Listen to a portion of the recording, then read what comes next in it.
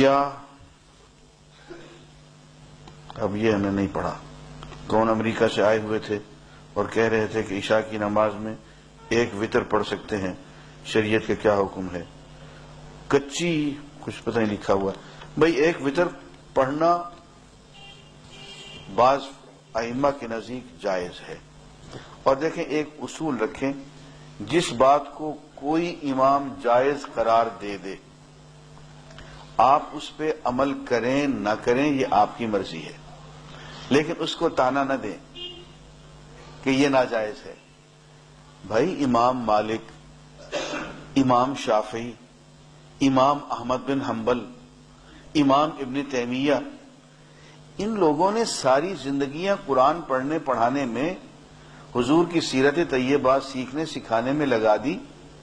ہم جیسا مولوی جس نے کہ وہ پکی روٹی پڑھ رکھی ہو، وہ اٹھ کے ابو حنیفہ پہ اعتراض کر دے، امام مالک پہ اعتراض کر دے، شافعی پہ اعتراض کر دے، یہ اس سے زیب نہیں دیتا۔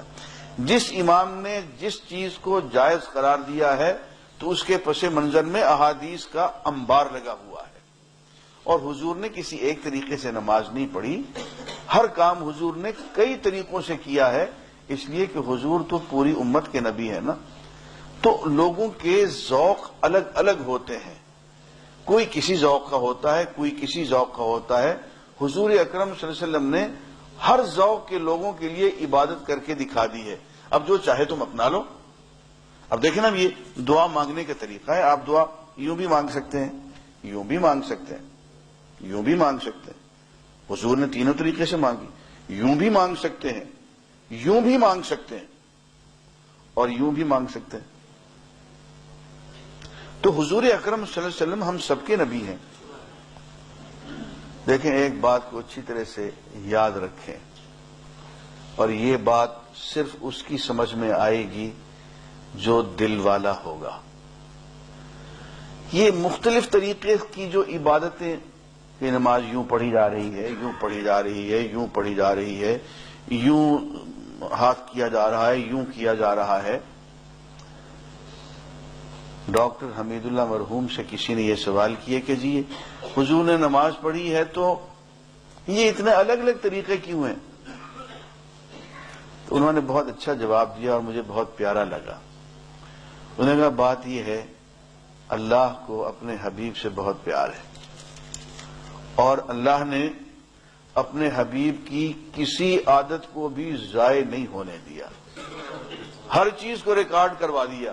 کچھ حصہ ریکارڈ کرنے کے لیے ابو حنیفہ آ گئے، کچھ ریکارڈ کرنے کے لیے مالک آ گئے، کچھ ریکارڈ کرنے کے لیے شافعی آ گئے، کچھ احمد بن حنبل آ گئے۔ تو حضور کی کوئی عادت، کوئی طریقہ، کوئی سنت ایسی نہیں ہے جو ریکارڈ ہونے سے رہ گئی ہو۔ اس لیے یہ سب لوگ جو جو کچھ کہہ رہے ہیں یہ درست ہے بھائی، کسی پہ اعتراض نہ کرنا۔ اور دیکھیے ہم سب جو کہ حنفی ہیں، میں آج آپ کو امام ابو حنیفہ کا فتویٰ سنائے دیتا ہوں، غور سے سن لیں۔ امام ابو حنیفہ رحمت اللہ علیہ نے کہا ہے کہ حضور کے ہر طریقے کے مطابق کم از کم زندگی میں ایک مرتبہ نماز پڑھ لینا واجب ہے۔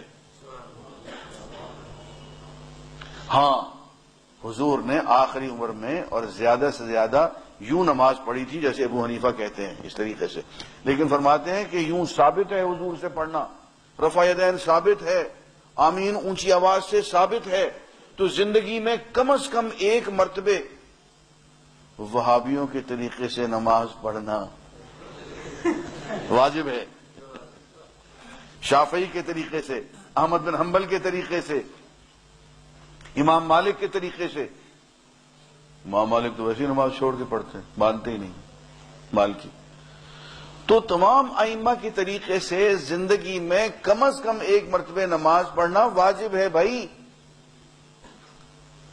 اس لیے یہ جھگڑے کی بات نہیں ہے، دلوں کو کشادہ کرو۔ ایک شخص جو کہ یہاں ہاتھ باندھ کے پڑھ رہا، کیوں باندھ کے پڑھ رہا ہے بھائی؟